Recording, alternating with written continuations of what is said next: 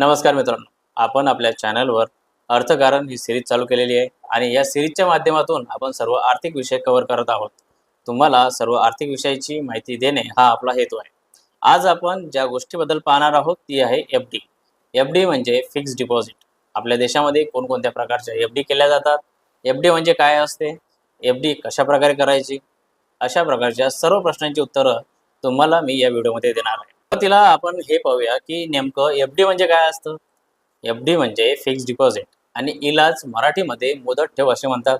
आपण एखाद्या बँकेमध्ये एखादी ठराविक रक्कम ही एखाद्या ठराविक कालावधीसाठी ठेवतो आणि ती रक्कम तेवढ्या ठराविक कालावधीसाठी ठेवल्यामुळं संबंधित बँक ही आपल्याला जास्त व्याजदर देते. त्यामुळं त्या पैशावर आपल्याला अधिक व्याजदर मिळतो. अशा प्रकारच्या ठेवीला फिक्स्ड डिपॉझिट किंवा मुदत ठेव असे म्हणतात. मुदत ठेवचे काही प्रकारसुद्धा आहेत. यामध्ये तिच्या कालावधीनुसार, तिच्या प्रकारानुसार मुदत ठेवचे वेगवेगळे प्रकार पडतात.